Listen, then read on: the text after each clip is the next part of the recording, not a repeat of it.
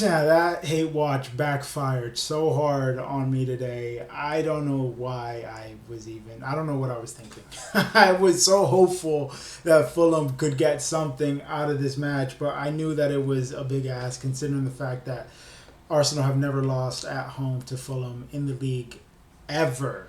Right, so I knew that this was going to be a big challenge for Fulham, but it doesn't hurt to hope, or actually it does. But look, all jokes aside, massive win for Arsenal. They now go 6 points clear of Man City. City still have 2 games in hand though, so they could make that up. But still 6 points right now, psychologically, mentally for Arsenal, considering the last month and a half or so, 2 months that they have had in the league.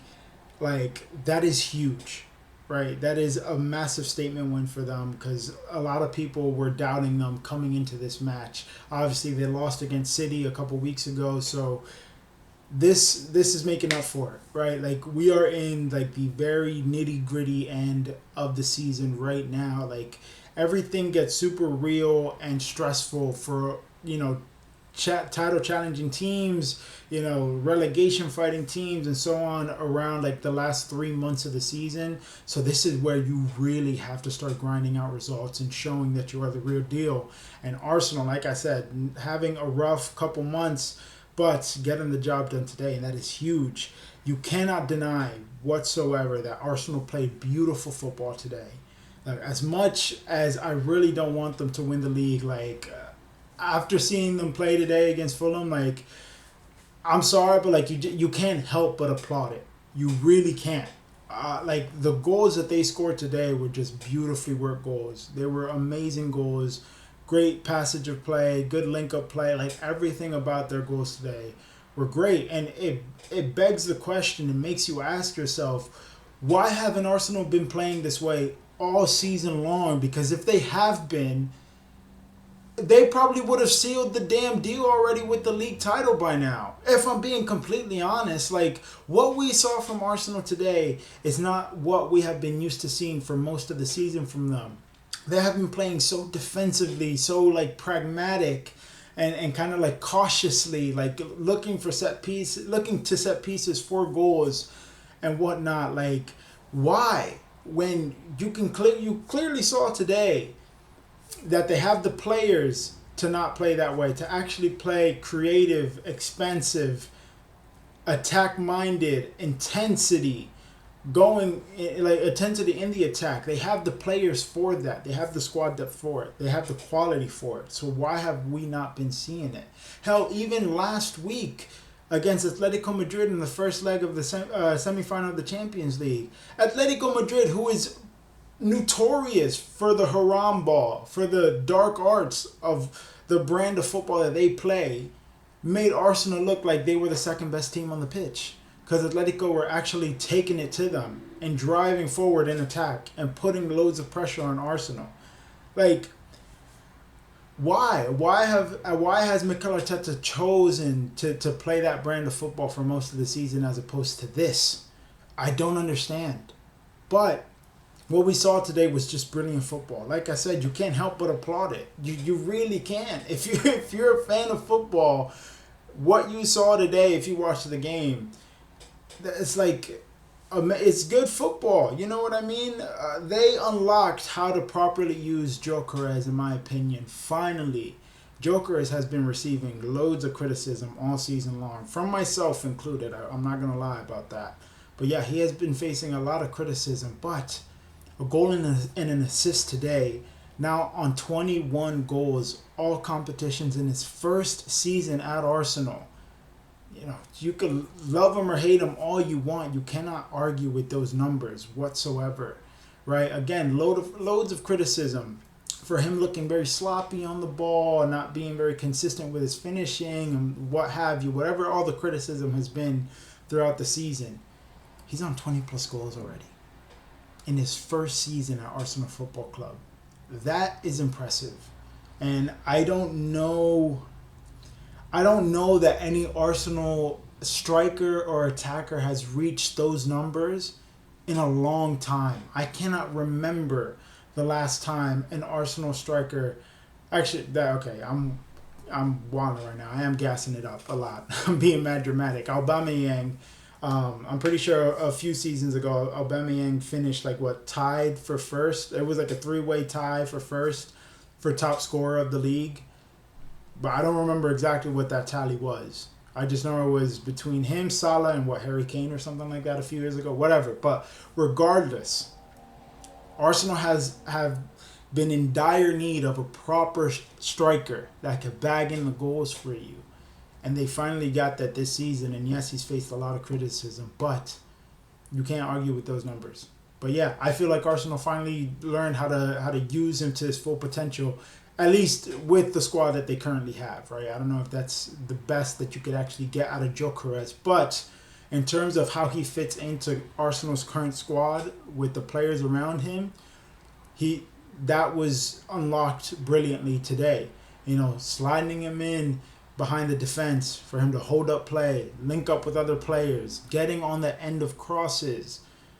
That was done today, and look at how it paid off. 2 goals. 2 goals and an assist for Gyökeres. I can't remember if I said 1 earlier, but yeah, 2 goals today. Like, that is massive. Saka as well, silencing all his haters and doubters with a goal and an assist today.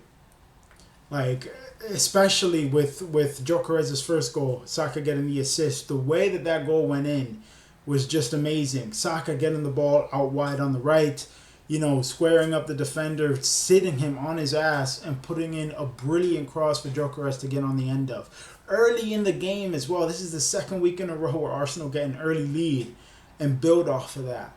Like, this is good for Arsenal. Do I like it? No, obviously, because I want City to win the league and whatnot. But yeah, look, for all the critics and haters saying that Saka isn't a big game player, he doesn't show up for the big moments, he can't actually lead a team, he can't actually lead Arsenal to something big. He showed up today. He showed up today with the captain's armband and provided a brilliant assist and got a beautiful goal as well. So, I don't know, man. Look, like I said, this is the nitty-gritty part of the season. This is where you need to nut up or shut up. And it seems like Arsenal might finally be, putting their money where their mouth is to close out the season. They should have closed it out a long time ago. And who knows, anything can happen. City still have 2 games in hands. But they're doing their part. They did their part today. And that's all that they could do. Eze looks more and more comfortable. He got the goal last week against Newcastle early on in like the 8th minute. He looked like, I think he had a pretty good game. I don't know what anyone else would think, but I thought he played well. He was in the build-up play for Saka's goal.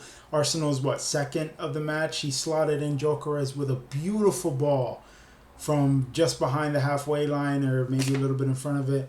Whatever, slotted Gyökeres in. Gyökeres held up the ball down like the right flank, and Saka just made a brilliant run, and Gyökeres broke that little line and split to find Saka in that pocket, and Saka with just a brilliant finish for that. But yeah, Eze is looking like he's getting more and more comfortable with this Arsenal side, and it's good because I feel like I've been feeling bad for Eze all season long, considering that he hasn't been getting the playing time that maybe all of us were expecting that he would be getting, considering, I guess, like his price tag, him choosing, the move to Spurs being pretty much like 90% of the way through, and then him choosing Arsenal in the last minute and so on. Like, I did think Eze was going to get more playing. I think he deserves way more playing time than what he has been getting this season as a whole.